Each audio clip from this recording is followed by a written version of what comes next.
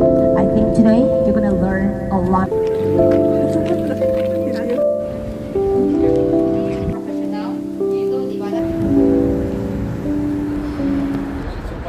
So in this video, I want to talk in Bahasa Indonesia because there's so much I want to share with you guys, and I'm afraid that it won't be delivered well if I talk in English. So yeah, welcome back. Kali ini gue bakal cerita tentang hari kedua gue di Cina. Sebagai konteks dulu, jadi gue berkesempatan untuk pergi ke Cina, ke Shanghai tepatnya, selama 5 hari, dan itu untuk belajar tentang bisnis. Karena kan jurusan aku emang bisnis, dan ya ada kesempatan ini, so why not? Ya kan? Di video sebelumnya aku juga ada cerita tentang keberangkatanku, itu pertama kali aku ke luar negeri. Jadi ya kinda nervous, tapi seru banget. Terus di video selanjutnya itu hari pertama, jadi sampai di bandara kita langsung ke tourist attraction, tempat wisata, namanya Guangfulin Relics Park. Dia tuh kayak taman budaya gitu di Shanghai. Seru banget. Kalau belum lihat, let's go lihat. Terus setelah itu kita langsung dibawa nih, satu rombongan kita langsung naik bis dibawa ke Hangzhou. Karena di hari ini, di hari kedua, kita mau visit company di Hangzhou gitu. Dan setelah kita sampai di Hangzhou, kita nginep di hotel namanya Zhejiang Business Hotel kalau di Maps ya. Dan itu tuh cuma 6 menit dari Westlake, tempat wisata gitu di sana. Atau terkenalnya di sana Sea Lake. Nah sayangnya kita tuh cuma punya waktu sehari doang. Dan emang tujuannya ke Hangzhou itu cuma visit company doang gitu kan. Jadi nggak sama sekali wisata dan lain itu nggak. Sayang banget ya. Padahal itu kayak experience pertama gue. Tapi ya udah nggak apa-apa. Untuk perjalanan di hari kedua ini, jadi kita udah di briefing di malam harinya.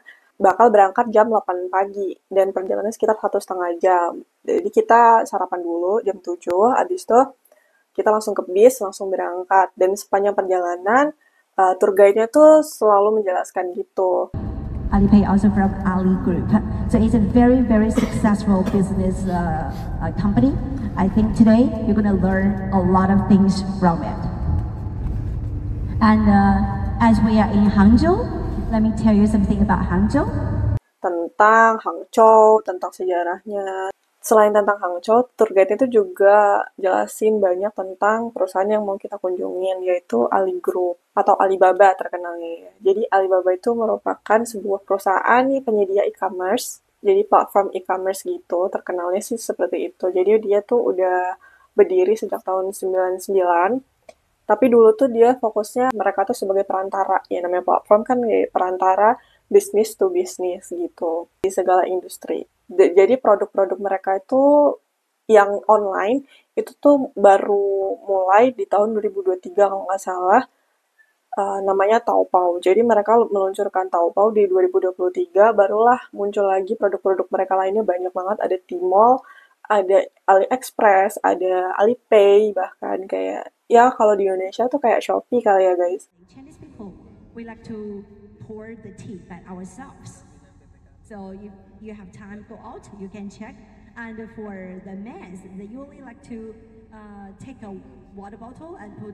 Jadi sesampainya di Alibaba, kita langsung dikasih kartu gitu, buat kartu visitor, terus kita langsung dibawa ke lobby mereka. Dan ya udah, agenda kita pertama yaitu office tour. Jadi kita dibawa keliling-keliling gedung barunya Alibaba ini.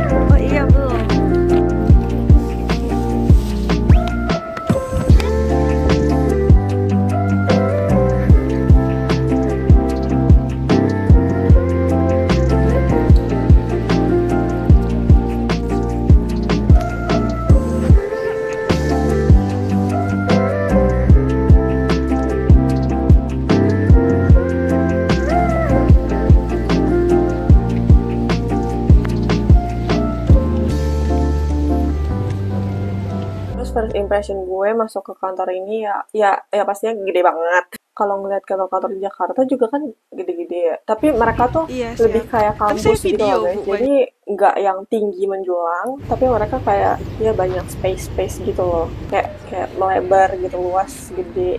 Pokoknya itu first impression gue. Kayak kampus.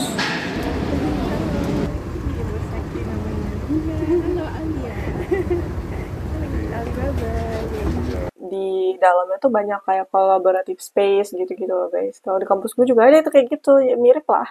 Terus kantinnya juga kayak kampus yang dideracin-deracin itu guys. Mungkin kalau misal perusahaan yang udah gede banget di Indonesia juga kayak gitu mungkin ya buildingnya. Terus waktu kita office tour, kita dijelasin banyak banget. Overall tuh kayak dijelasin tentang budaya mereka, kayak kerjanya tuh gimana, terus kayak sistem reward ke karyawan itu gimana. Jadi tuh di Alibaba ada sistem reward. Setiap karyawan udah bisa bertahan 1 tahun, 3 tahun, sama 5 tahun itu bisa dapat reward, dapat tanda. Tanda kalau karyawan itu bisa bertahan setahun itu mereka dikasih pin gitu. Kalau 3 tahun mereka dapat kalung. Kalau mereka bisa berhasil bertahan 5 tahun, mereka dapat sebuah cincin dan itu ada ID karyawannya. Dan turganya tiba-tiba nanya gini guys, kira-kira nih menurut kalian karyawan Alibaba tuh pada resign di tahun keberapa gitu? Menurut kalian tahun keberapa guys? Jawabannya adalah tahun kelima karena di tahun pertama tuh kan mereka masih punya motivasi kan untuk kayak ngejar kayak achievement biar bisa ke tahun ketiga gitu kan. Tahun ketiga tuh pasti ada insentifnya kan. Yang kalung itu selain kalung pasti ada lagi kayak misal gaji dan lain-lain gitu kan. Ketiga pasti ngejar kelima. Kelima itu udah flat aja tuh. Potensi untuk mereka berkembang itu udah tambah dikit gitu. Makanya mereka banyak yang keluar. Nah, selain itu kalau misal karyawan bisa bertahan sampai 10 tahun atau lebih gitu kan. Kata mereka tuh mereka bakal ngasih saham. Wow, sampai segitunya pentingnya motivasi buat karyawan tuh guys. Jadi tuh kalau karyawan nyari perusahaan selain duit, mereka tuh bisa berkembang sebagai as a person gitu kan. Si perusahaan juga nyari orang yang benar-benar pengen berkembang bersama mereka, punya visi dan misi yang sama gitu. Itu sih yang gue dapat dari situ.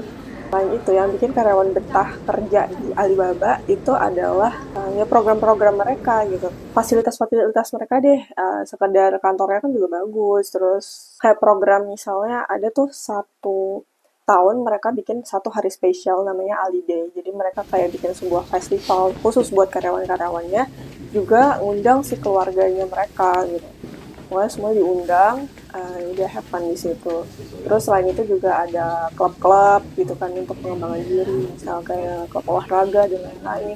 Ada volunteeran juga, makanya gue bilang kayak kampus. Terus ada juga guys, kayak misal program blind date gitu-gitu. Mereka juga cerita bahkan mereka tuh pernah nikahin karyawan mereka gitu. Dengan syarat ya tadi performanya bagus gitu-gitu. Jadi insentifnya kayak ya udah nikah gratis. Pernah guys, mereka cerita gitu.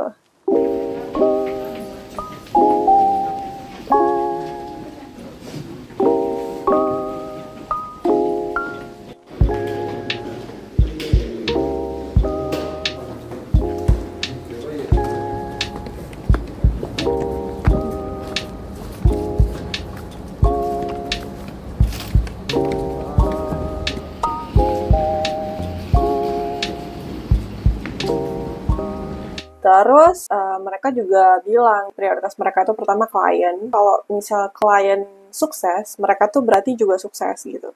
Standar kesuksesan mereka tuh dilihat dari klien mereka yang berhasil gitu. Yang kedua, prioritas mereka itu adalah staffnya mereka sendiri. Jadi mereka sebisa mungkin ya menghargai para staffnya. Terus yang ketiga baru stakeholder. Lalu setelah kita office tour-nya selesai, kita tuh dibawa ke suatu ruangan dan di situ kita dijelasin lah. Sudah ada sebuah kelas seminar gitu dari orang Alibaba-nya. Jadi mereka ngejelasin kita tentang manajemen SDM-nya mereka tuh gimana. Gitu. Terus strategi-strateginya itu gimana.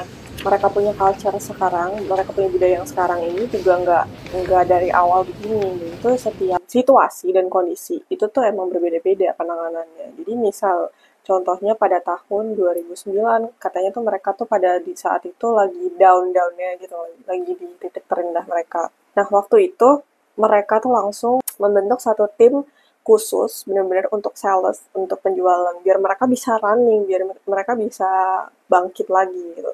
Jadi budaya yang diterapkan pada sales-sales mereka tim itu juga beda. Bahkan mereka bilang kayak kita menerapkan budaya tentara ke mereka gitu. Jadi kalau misal butuh yang benar-benar keras, mereka keras sama karyawan mereka gitu.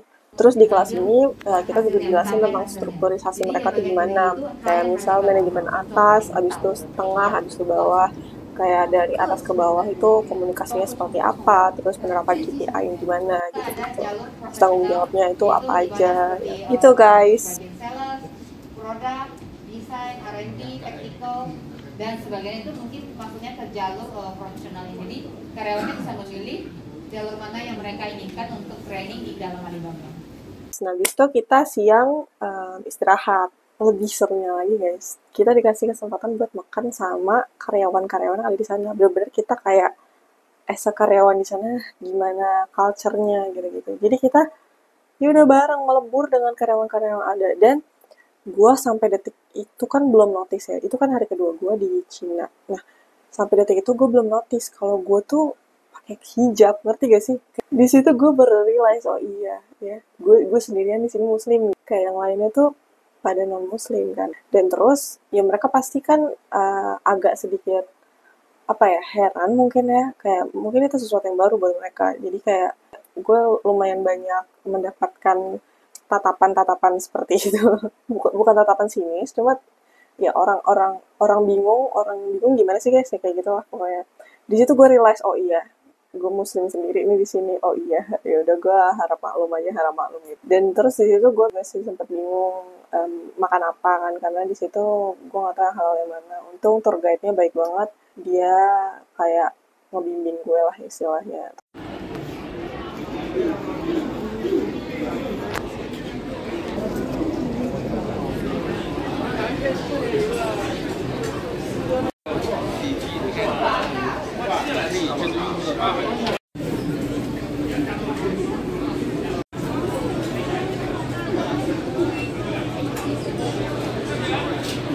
Terus udah dapat makan, gue makan sendirian kan. Sebenarnya tuh ada teman satu gitu kan, tadinya mau makan bareng, cuma yang nggak ada kursi guys. Satu meja, kebetulan itu tuh kayak masih ada tas gitu kan, tapi nggak ada orangnya. Terus di kursi itu kebetulan nggak ada barang sih, jadi gue duduk di situ, depan ada barang tapi nggak ada orang gitu. Terus mereka datang ngambil barang, terus kan akhirnya gue di meja itu akhirnya sendirian kan, karena orangnya udah pada pergi gitu. Nah, meja itu empat table gue sendiri. Habis itu ada tuh karyawan datang satu orang. Terus gue iseng, gue pengen ngajak ngobrol kan. Gue orangnya emang sok kenal gitu, jadi kayak gue tanyain lah, dia work here gitu kan. Udah tahu dia makan siang karyawan ya, dia karyawan situ lah. Gue tuh mikirnya kayak, oh mungkin bisa jadi kan dia kayak gue, kayak lagi company visit juga. Terus dia malah apa? Dia malah berdiri lagi gitu loh, kayak bawa nampan dan piring-piringnya kayak mau pergi. Terus gue kayak, no, bukan itu maksud gue. Just sit gitu. Yaudah, akhirnya gue yaudah diam aja, gue kayak keep it silent, pokoknya sebisa mungkin gue ngomong apa-apa. Terus gue udah makan, tiba-tiba dia kayak gini, kayak nyodorin HP gitu. Terus gue kan ngeliat ada translator Chinese ke Inggris gitu kan. Oh, dia ngajak ngobrol ya. Kamu trip di sini ya gitu. Iya benar. Ya udah gue translate juga dong, Google Translate gitu. Nah, akhirnya ngobrol tuh di situ. Ternyata dia kagak bisa bahasa Inggris, guys. Bener-bener. Ya itulah secuil cerita ya. Lanjut, abis kita makan siang, kita balik lagi ke kelas kan. Ada materi lagi tentang cara membentuk tim sales yang oke, yang kuat gitu. Karena kan mereka udah jatuh bangun berapa kali gitu kan. Dikasih tips-tipsnya, cara recruitment orang gimana, cara identifikasi orang sales yang bagus tuh gimana, terus sampai kayak sistem penggajian di Alibaba tuh gimana. Terus udah sih guys, overall gitu aja. Habis itu kita juga sempat mampir ke toko merch-nya mereka. Ada yang beli merch, ada yang pada beli buat oleh-oleh.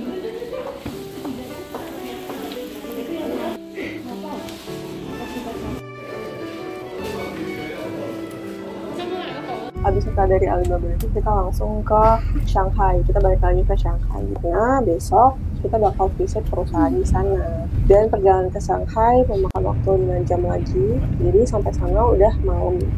Dan kita makan malam, abis itu kita ke hotel. dan hotelnya namanya tuh kalau nggak salah Jing'an Kunlun Hotel, dan itu tuh berada di distrik Jing'an kalau nggak salah. Terus teman-teman tuh pada mau keluar kan, terus gue otomatis ikut dong, gue nggak mau menyia-nyiakan waktu, pokoknya gue pengen ikut, yaudah yang penting gue keluar gitu kan, gue jalan-jalan.